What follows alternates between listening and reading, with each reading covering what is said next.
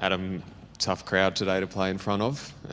Lots of boos for you guys. Every run Afghanistan scored, huge cheer. What's it like playing in sort of that atmosphere? We've spoken a little bit about how we're going to handle that situation. It's obviously, we copped it in the warm-up game against England too, but I think we're expecting it, and to be fair, I think everyone's handling it really well.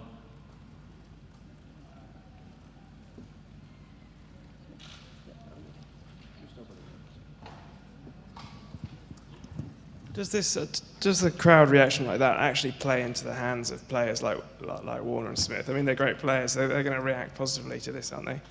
I think the way that they're handling themselves has been great. Same for all of us. I personally, I actually don't even really hear the crowd, to be honest. So I think if you can kind of just block it out, you don't really hear it. And as I said, I think the guys are just handling themselves really well. Adam, so how do you see your role alongside the likes of Marcus Toynes and Nathan Coulter-Nile in the middle overs after Stark and Cummins have finished, and also based on how you went today, as the tournament progresses, considering it's unlikely that you and Nathan Lyon will play together too often? I'm not sure about that. I think me and Nathan have formed a really good partnership, so I think we will feature together. I don't know how much, but I think we will. And I'm also willing to bowl at any time of the game too. So yeah, predominantly through the middle. It's a big wicket taking option for us is wrist spin. So it's important to take wickets through the middle. You saw today they got a bit of a roll, and then someone like Stoyne took 2 wickets in and over. It was a really big game changer for us. So yeah, I think just read the game situation. Depends who you're bowling to, obviously, but yeah, whatever's in front of me, pretty much. So you were hit for 22 runs in 1 over by Zadran and his partner. So thanks for reminding me. So what do you tell yourself after that, and how do you get back to taking wickets for the next overs? Yeah, it's tough sometimes. I think particularly as a wrist spinner, sometimes that's going to happen. The ball didn't come out as well as I would have liked to today, to be honest with you, but that's going to happen. I already had 2 wickets under my belt, and I knew that I also had a huge role to play coming up. We were getting towards bowling to the tail, especially after Stoyne got those 2 big wickets. So yeah, I forget about that stuff really quickly and try and keep it really simple. I probably overcomplicated that over a little bit, and then I knew that if I had the opportunity again, I would just really simplify it. And yeah, I bowled 1 more over, I got 1 more wicket, but yeah, I just try and let that go really quickly. Otherwise, you let it dwell on you too much as a wrist spinner. It's the next 3 overs of your spell are the dangerous ones. Adam, I think it's probably fair to say this is the biggest month or 2 of your career so far. And with that in mind, I mean, how important was it to carry that confidence from, I guess, what you did in the UAE into today, and then get results today to take it into the rest of the tournament? Yeah, the way the ball's been coming out lately, I'm really happy with. The way I've been preparing for this tour, I'm really happy with. So to get out there today, as I said to you, the ball didn't come out as nicely as I would have liked it to, but to make a contribution, and it's one of those things too. I don't think we probably didn't play as well as we would have liked, particularly through those middle overs, bowling wise. But to get out of it the other end and take wickets, it's a confidence booster.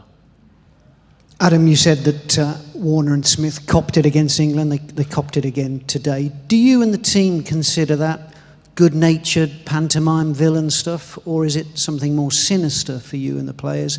And do you think it's going to carry on the whole tournament?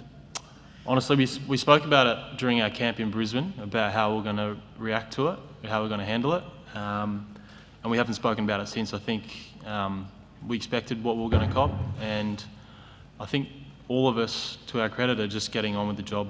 You heard the boos today when Smithy went out there. It's call it what you want, disrespectful or just a part of the game. Either way, I think the way that us as players are handling it has been great. If you let it get to you, I suppose that's when something will happen. But I think, yeah, we're handling it really well at the moment. Mate, obviously you bowled leg spin, but everyone else was bowling short today. Was that a clear plan, or was that something when you got out there it seemed to be working, so you went with it? A bit of pace in the wicket, I think, and obviously with our taller guys playing against Afghanistan, who predominantly play in the subcontinent and face a lot of spin. So I think that was our game plan to get it up there. We wanted to play an aggressive style of cricket throughout this whole tournament. So to have those 3 big quicks bowling the way they did, helps me as well. There was a period there where the Afghanistan batsmen were pulling off some pretty fluky shots. Was it frustrating, or what was your mindset at that point? No, not so much frustrating. I think credit to Afghanistan, they actually came out today and played some really fearless cricket. They could have been in their shell, but everyone's been talking about them so much lately about how much they've improved, and to be fair, they have. And today they come out and played fearless cricket. They lost wickets at times when they probably wouldn't have wanted to, but their middle order just came out and kept swinging and playing shots. So don't know. I think if they keep playing cricket like that, particularly with their bowling attack that they've got, they're going to make some upsets this World Cup. Hi, Adam. After playing Afghanistan today, what's your opinion? How far can they go in this tournament? As I just mentioned to you, I think they're definitely going to cause some upsets. The wicket today probably didn't suit them as much as it might later down the track. This ball skidded on a bit. You saw with Majid, he's probably at his best when the wicket's holding up and there's a little bit of spin there, and today it just skidded on, particularly with the new ball. But I think, as I said, with their aggressive mindset with the bat, if they can get anywhere around 250 or 260, 270, I think with their bowling attack later down the track in the World Cup, they're definitely going to cause some upsets. Hi, Adam. You were chasing only 207 or 8, and you had a brilliant start, but you couldn't accelerate to get a better run rate. Was that because of Afghan bowling, or you didn't think about run rate for later on in the tournament?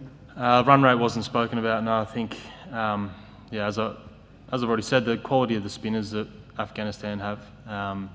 It wasn't going to be easy going, particularly through the middle. We got off to a great start. Even the medium pacers, Hussain, he bowled beautifully, bowled at good pace. So they didn't make it easy for us, but mate, obviously easier when you're only chasing 205. But it wasn't easy going the whole way, that's for sure.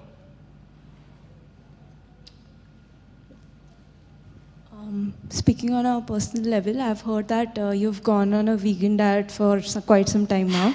So how has that been helpful for you on the field as a player? Has being vegan been helpful for me on the field? Yeah, it has, definitely. It's also helpful for the environment and for the animals too. So from a non-selfish point of view, it's good for everyone. But on the field, I'm definitely lighter for it, that's for sure.